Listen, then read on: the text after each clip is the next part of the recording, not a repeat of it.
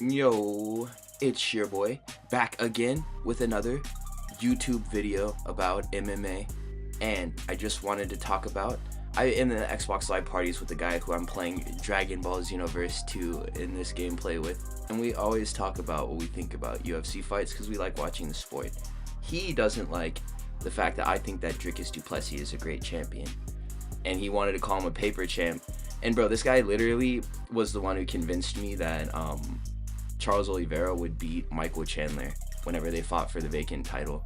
And I didn't want to believe it at first just because the Charles Oliveira thing was still like fresh, but the Tony Ferguson fight had happened. He literally followed the entire run, bro, and made based picks based off of like how he thought he would do.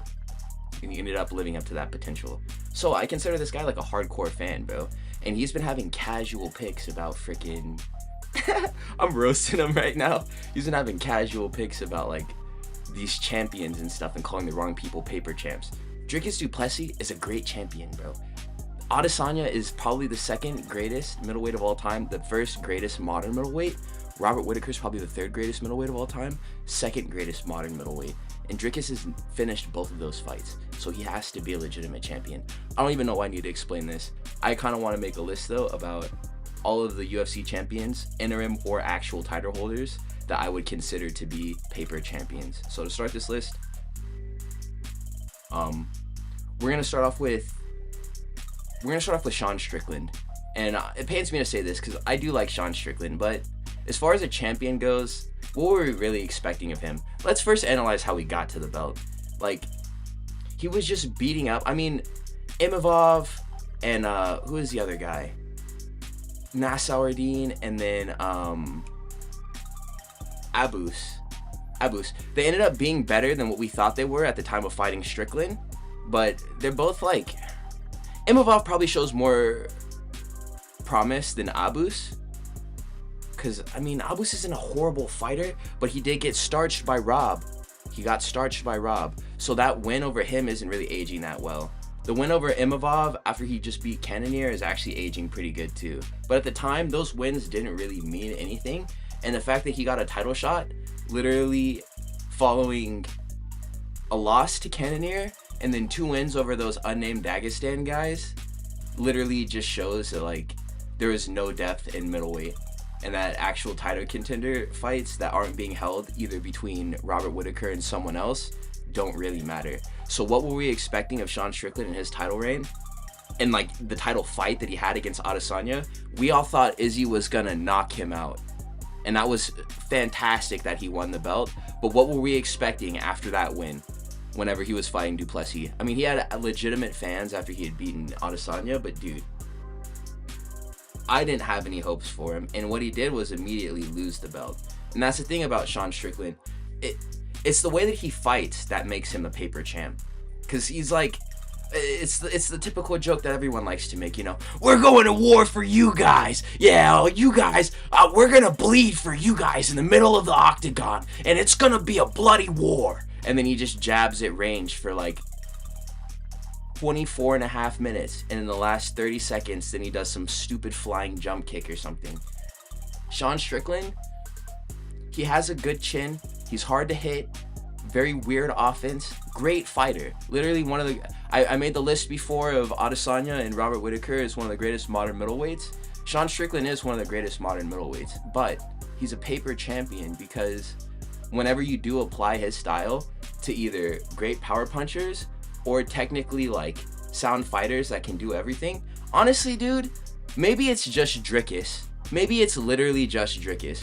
Maybe if it was anyone else in that position, no.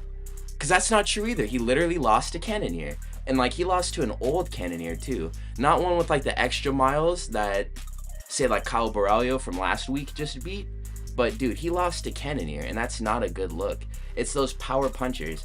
It's the reason why he had the boring fight with Costa. They put the fear of God in him and make him move backwards or apply pressure without sitting down on his shot so he can't get countered. And that makes him pretty boring to watch fight. And it makes his wins that are close seem really Mickey Mouse. Like if he would have won that fight against Dricus, nobody would have recognized that as like a legitimate win. Maybe they would have just because they don't like du Plessis. But if we were to really look at the footage, and Sean Strickland would have got his hand raised at the end of that fight, I would not have been satisfied with that outcome. And I would have viewed him as even more of a paper champion if he would have lost the belt, which he did. So, that's Sean Strickland. The second paper champion that I want to discuss is going to be that man himself, Adesanya.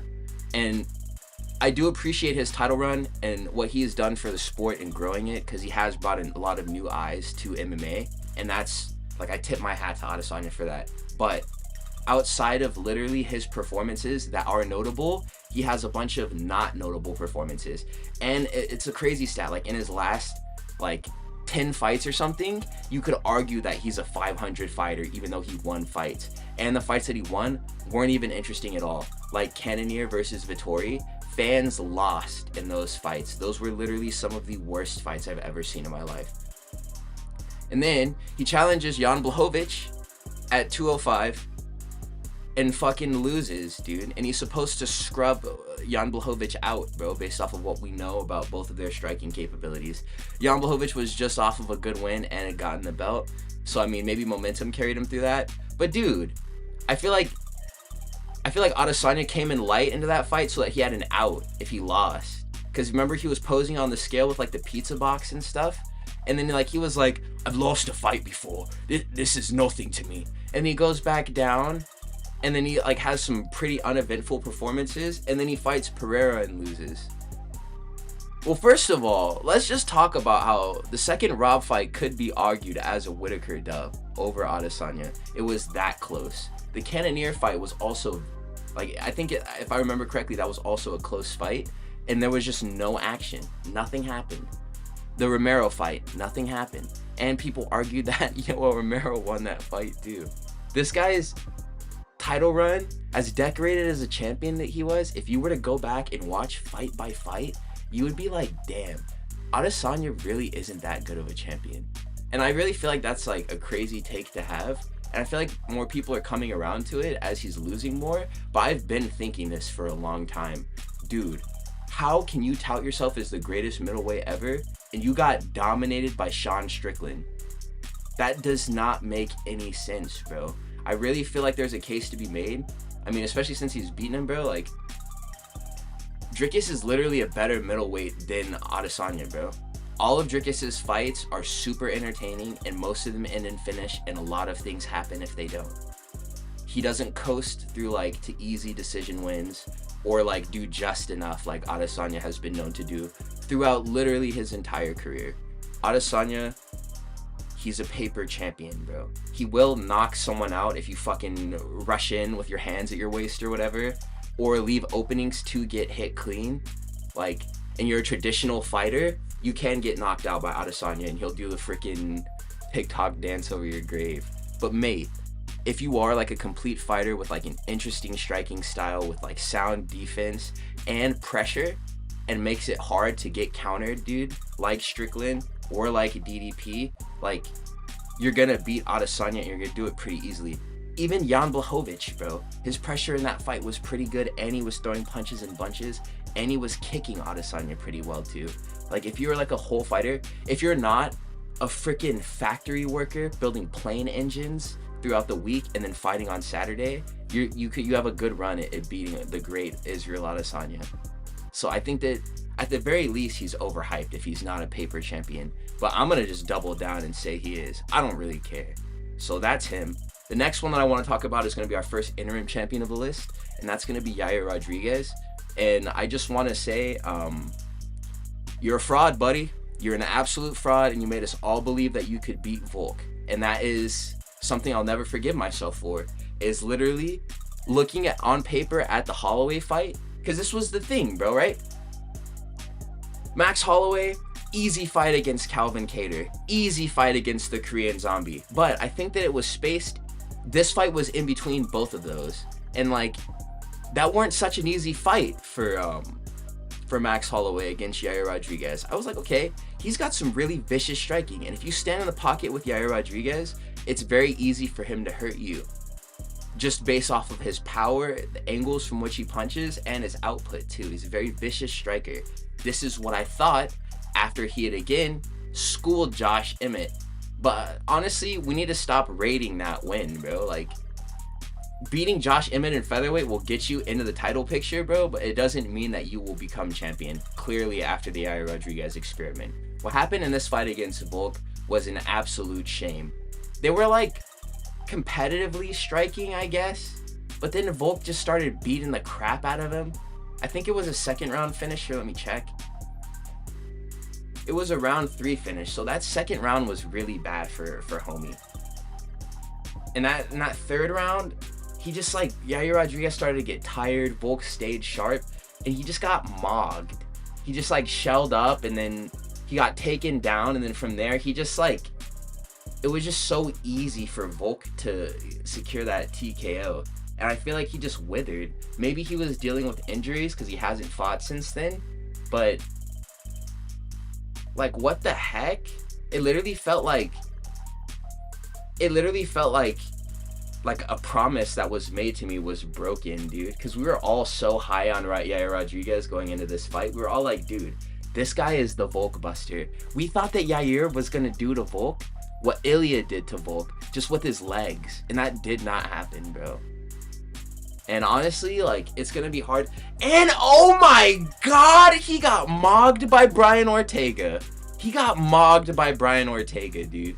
And like, that was bad. That was bad. Because the first fight, we saw Brian Ortega get hurt immediately, and we're like, well, that wouldn't have mattered. Because if they fight again, we all saw what we saw. Yair Rodriguez was beating the crap out of Brian Ortega. And honestly, he was, dude. He was. In that second fight, at the very beginning, he was beating the crap out of Brian Ortega. But bro, he withers, bro.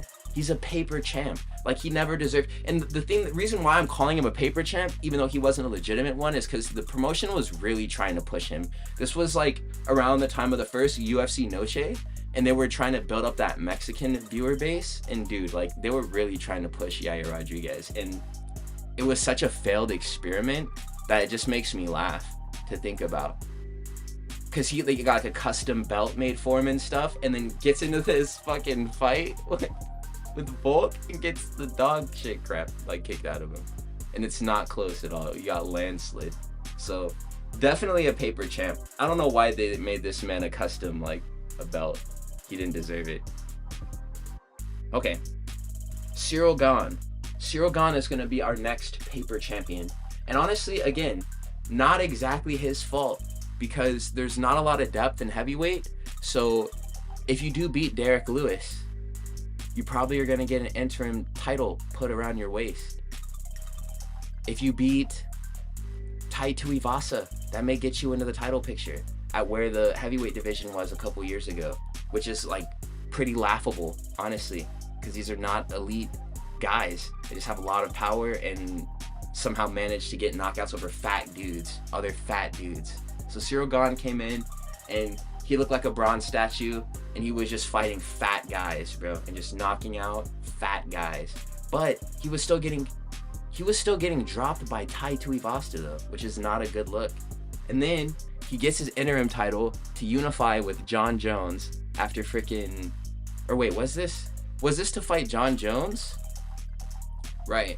So he fought Francis Ngannou, and honestly, dude, a lot of people believe that freaking Francis lost this fight to Ciryl Gane. And that's like, I feel like Ciryl Gane's entire career is just a bunch of moments that he's had after failures to save face. Like, he lost to John Jones, but it's John Jones, so people give him an out, and he didn't strike with them at all. So like, I guess people are like, okay, well, he still is what we think he is. He got dropped by Tai Tuivasa, but like, Tai Tuivasa had a little bit of hype, so we look past that. He lost to Francis, but you know, some people argue that Francis could have lost that fight to him, so he has an out. I feel like it's literally going to take this guy getting slept, like sleepy KO, for people to be like real with themselves about Ciryl Gane, honestly. I don't think this guy is that good.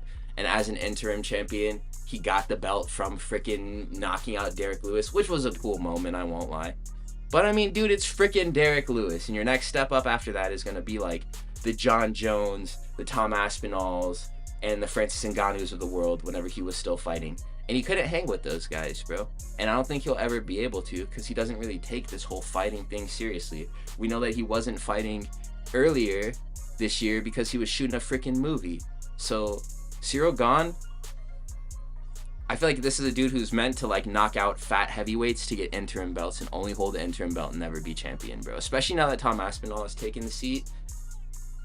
It's gonna take something crazy, dude, for Tom Aspinall to not hold any type of belt, whether it be interim or actual strap, dude. I really don't think that Jon Jones wins that fight, and I don't think that he wants it either.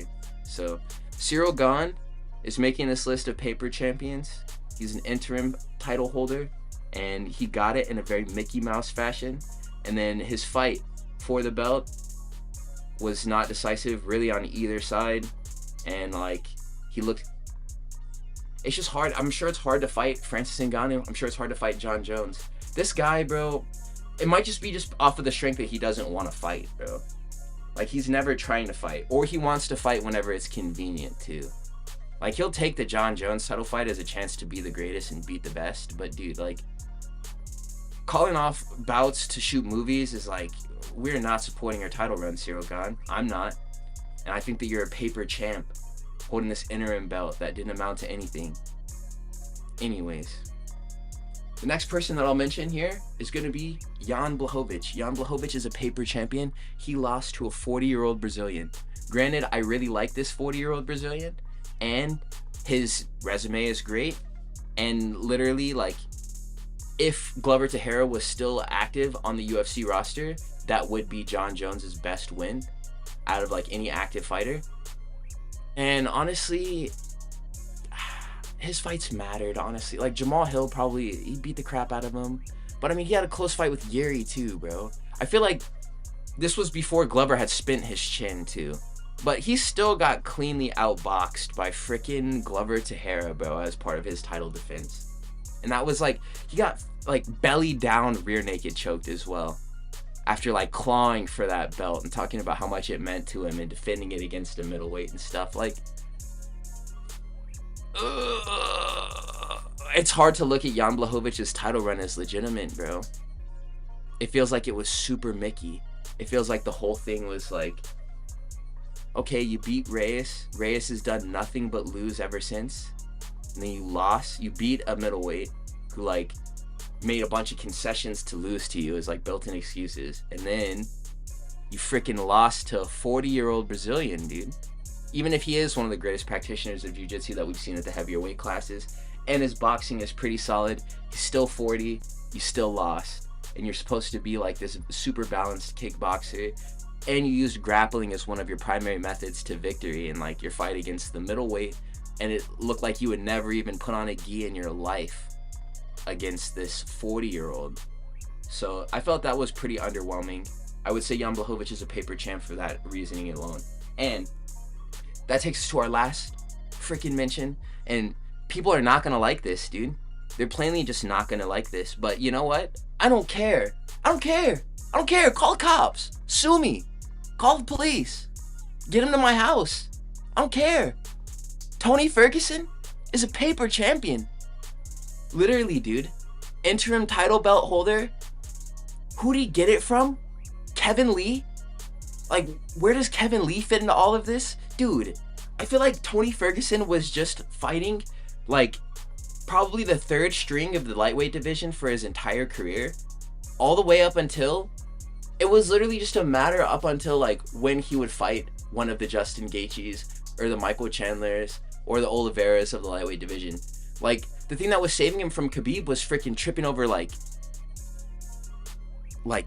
power cords and shit and breaking his knee and stuff, dude. I feel like any of those guys that we consider top lightweights, McGregor, Khabib, Poirier, Gaethje, we saw what happened with Gaethje. They would have literally done horrible things to a prime Tony Ferguson.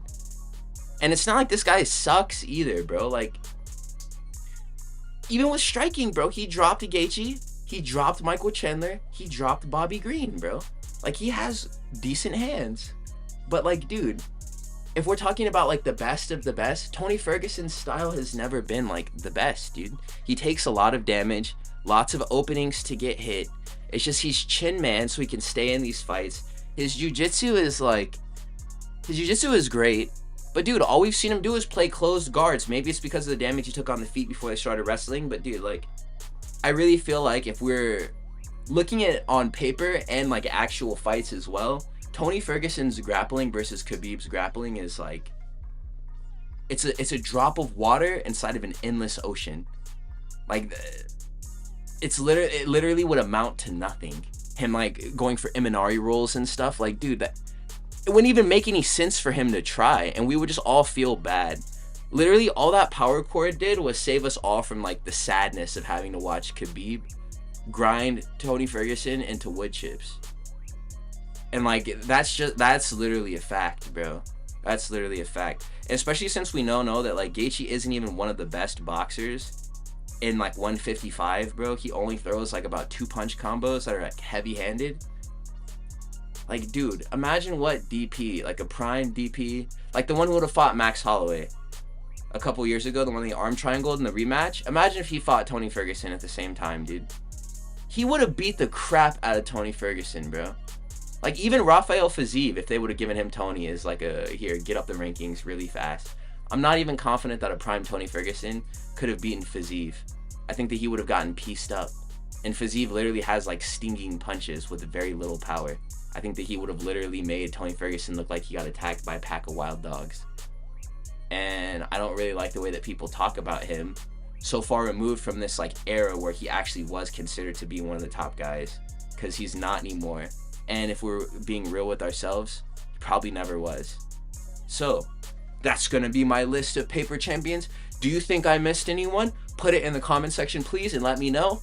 I love MMA and I want to make more styled content like this. I may chef up a few more videos and then just post them all right now. I may space out my uploads a day in between. I don't really know what I want to do yet, but I love you guys. Thank you for watching this video, and shout out my friend who's been making casual picks. I'm gonna have a long talk with him, and we're gonna see if we can get him back on the path of reason, bro.